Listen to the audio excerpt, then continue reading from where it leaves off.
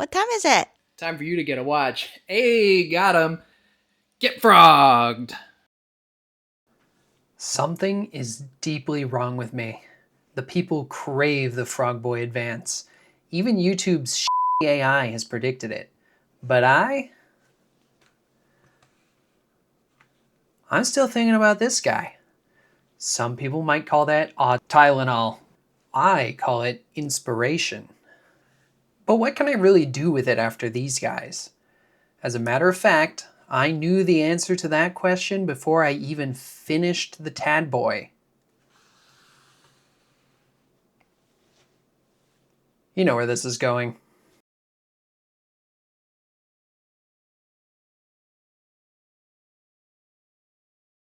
More so than something like the Tad Boy, the requirements here are largely driven by the form factor. You know, being just a little guy. But because I'm a total nut job, I still gave myself 3 big constraints. It has to use the original GBC CPU, it needs to be able to play cartridges of some kind, and to fulfill the whole being a watch thing, it has to be able to maintain the time while turned off. Anything less, and I wouldn't consider it a true Game Boy watch. Because I want to use a legit CPU, the very first problem I started working on was the screen, even before I had settled on the size I was shooting for. This is the 2.45-inch LCD kit from Cloud Game Store. It's the same size as the one that you find in the OEM Game Boy Color. But unless your eyes are broken, you'll notice that it's much bigger than my entire Samsung smartwatch. But in fact, this is just about as small of an LCD as you can get for the GBC. And because these kits include bespoke driver boards for translating the image signal from the GBC to a signal for a specific panel, I can't simply swap the LCD for a smaller one. I need to make my own one of these. Luckily, the GBC CPU outputs an image using a pretty simple interface called parallel RGB. A parallel RGB interface has just 3 signals: a vertical blanking signal, which marks the start of a new frame, a pixel clock, which flags when the next pixel is ready, and a color signal, which, because this is parallel RGB, is represented by 15 binary signals, 5 each for the red, green, and blue channels, sent all at once to represent 1 pixel. The CPU sends each frame 1 pixel at a time, left to right, then top to bottom. Because we know the resolution of the GBC, 160 by 144 pixels, we can rebuild the image and translate it into something a modern, and more importantly, much smaller screen can understand. To do this conversion, I've chosen everybody's favorite faux PGA, the RP2040 of Raspberry Pi Pico fame. For me and my small brain, this is the ideal microcontroller for this use case. From the software side, it's simple to program and provides plenty of performance for my needs. And on the hardware side, it has low power consumption relative to its performance and requires quite a small number of external components to run, which will help with my size constraints.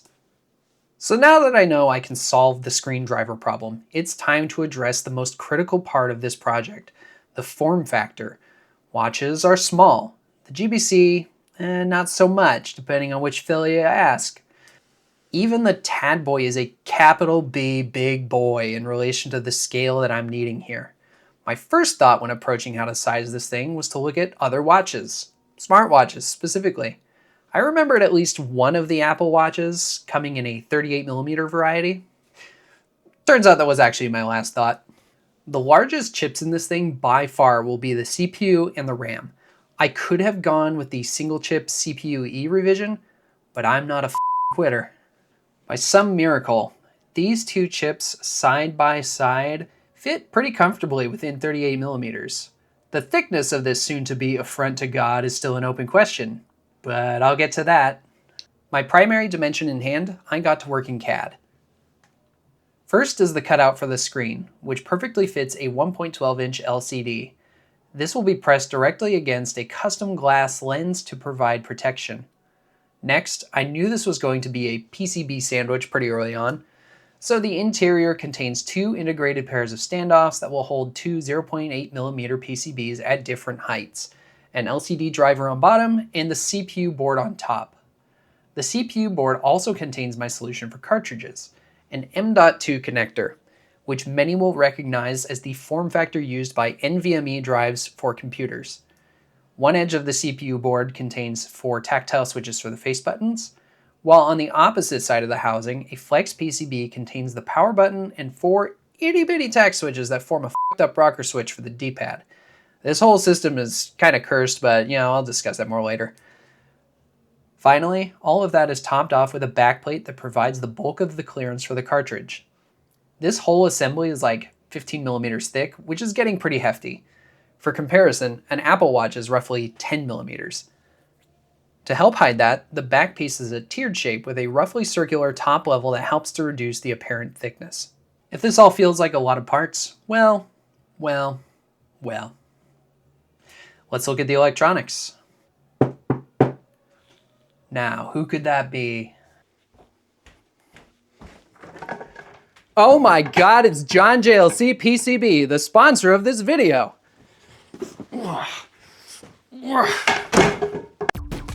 JLC PCB has been my go-to PCB house for a few years now because of their speed, price, and breadth of options. And breadth they have. This project alone uses a 2-layer board for one of the simplest parts, 4-layer boards for the higher density core PCBs, like the LCD driver and CPU board, as well as various flexible PCBs using different stiffeners, like polyamide and even stainless steel. They also offer 6-layer boards, and higher, for very dense layouts like the cartridge for this dude, which has parts covering like 75% of both sides. I initially tried making this board 4 layers, and nearly went bald tearing my hair out. Switching to 6 layers greatly increased the routing simplicity by giving me multiple layers to dedicate exclusively to signals, while still keeping separate ground and power planes. And the crazy thing? A board like this at JLC PCB starts at just $2. Capabilities that were cost prohibitive just a few years ago, but are now well within reach. Check out the link in the description to grab a $30 coupon for your first 6-layer board order at JLC PCB. Thanks so much to JLC PCB. Now let's talk about those electronics. My descent into madness started with lofty ambitions, but is slowly leaving a trail of bodies on its relentless march. The Frog Boy, everything was there except for the IR blaster, but I added stereo speakers to make up for that. The Tad Boy, things are getting tight. I managed to save the link port, if only barely, but I had to cut headphone support. The Time Frog is getting to the point where you might consider retaining a malpractice lawyer. I immediately knew the link port wasn't fitting, so that got lopped off right from the start. Audio is technically there in a vestigial sense. The same amp setup is retained from the Tad Boy, but the large volume potentiometer is replaced with a much smaller trim pot. You'll find out by the end of the video whether or not I actually found a speaker that would fit.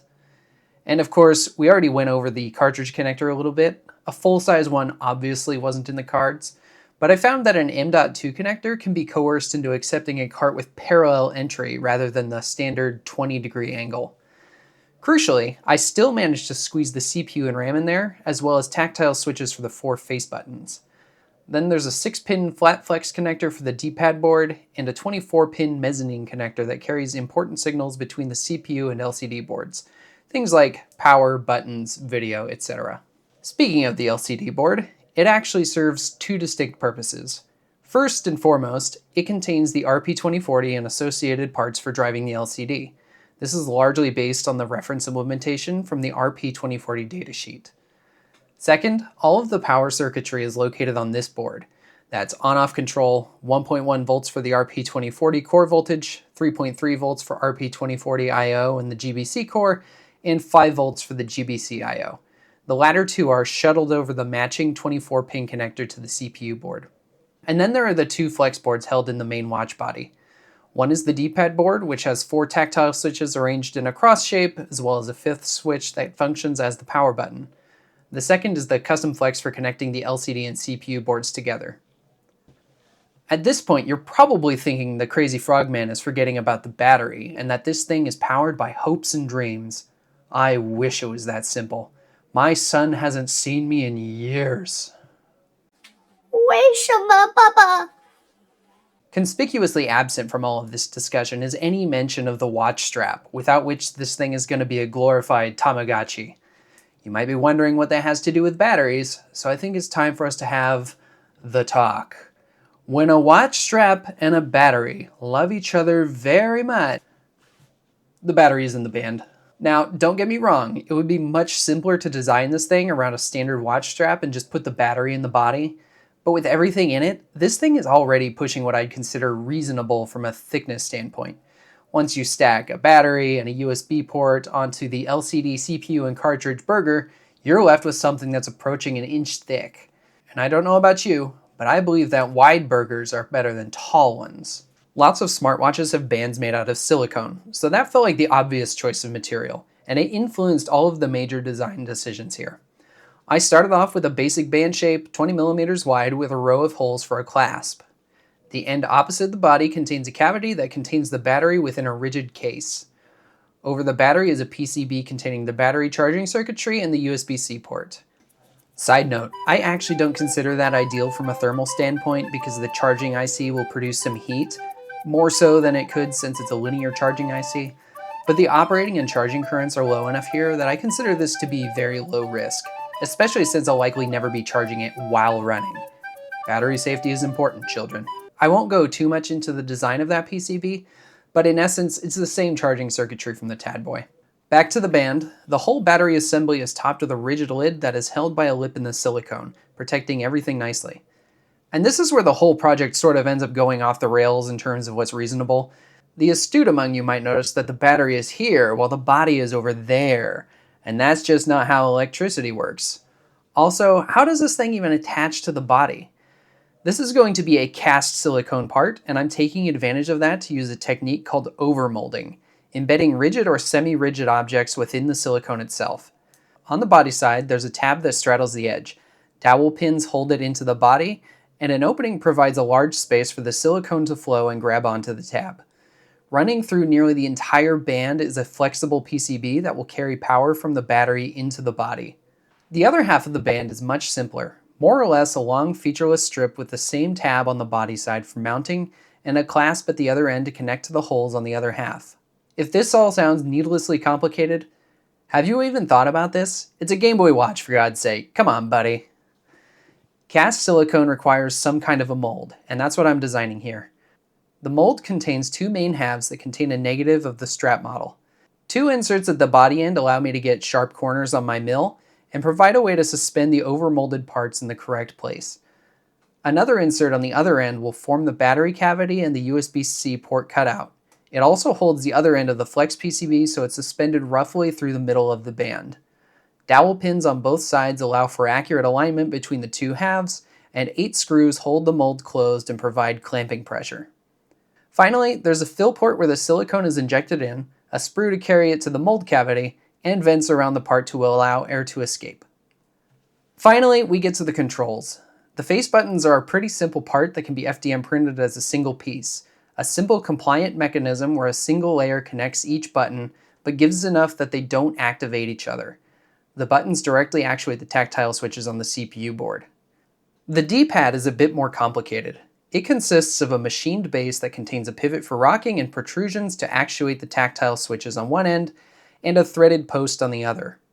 A machined cap with a large surface screws onto the end of the base and provides better leverage for actuating the switches underneath.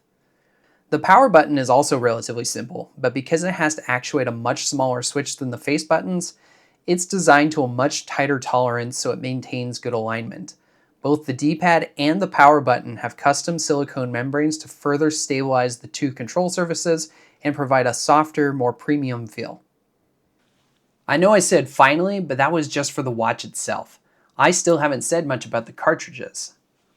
Unlike the watch itself, the cartridge is actually quite simple. It's really just a tiny Game Boy cartridge. The shell is split into two halves and held together by 4 screws on the sides. The PCB is held in place by the shell halves coming together and contains all the parts you'd expect: flash, RAM, mapper, and battery. This particular design is an MBC3 flash card adapted from a design by the legendary HDR, which you can find linked below. And that's the design for what I'm designating the Time Frog color. What I showed and discussed was only a tiny fraction of the design work for this project. Every single piece has been revised at least once, most more than once. The LCD board alone is on the 5th iteration, and I've spent more time at the CNC or at my soldering station than is wise to admit in polite company. Dingles. Dingle dongs. So anyway, it's been so long since I last saw my wife that her beard's now better than mine. Gasp. Now that we've got designs for everything, it's time to make some parts.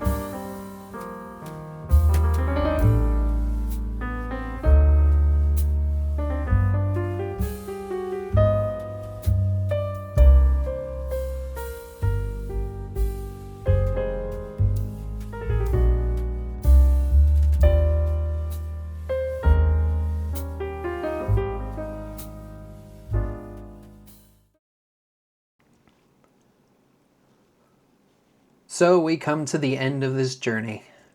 I hope you liked staring at my hands as much as I did getting them in the way. And I hope you liked the Time Frog color as much as I enjoyed making it, through all of the pain and joy, frustration and victory. I could show you all the features, but it's really a case of what you see is what you get. It's a Game Boy Color with a less than optimal playing experience, a shorter battery life than most, and a right to exist just ahead of macaroni and cheese with ketchup. You might also notice that there is no speaker in this specific watch, but that's mostly down to timing. The part didn't arrive in time, and I have deadlines to meet before I sit on this project for even longer than I already have. But in the end, I'm still shocked that I have a real playable Game Boy Color, at least in a technical sense, on my wrist. This project has been well over 2 years in the making, all things accounted for, and I'm stoked to be able to finally share it with all of you. And share it I will. I plan to make this entire project open source. CAD models, drawings, PCB files, etc. All of it will be going up on GitHub for anyone to build, or to modify, or to star the repo and never look at it again. Keep an eye on my socials to hear when all of this is dropping. It is admittedly a massive undertaking for an individual to gather the parts for and assemble one of these, but I hope that some of you try, and for those that do, I'll be around to help as much as I can. Let me know down in the comments what you think of all this, and whether or not you want a deeper dive on some of the things that I touched upon in this video, like silicone casting or even aluminum anodizing. I've picked up a lot of skills along the way that I'd love to share with you all. Now, if you'll excuse me, I must hibernate until the next project. Thanks for watching.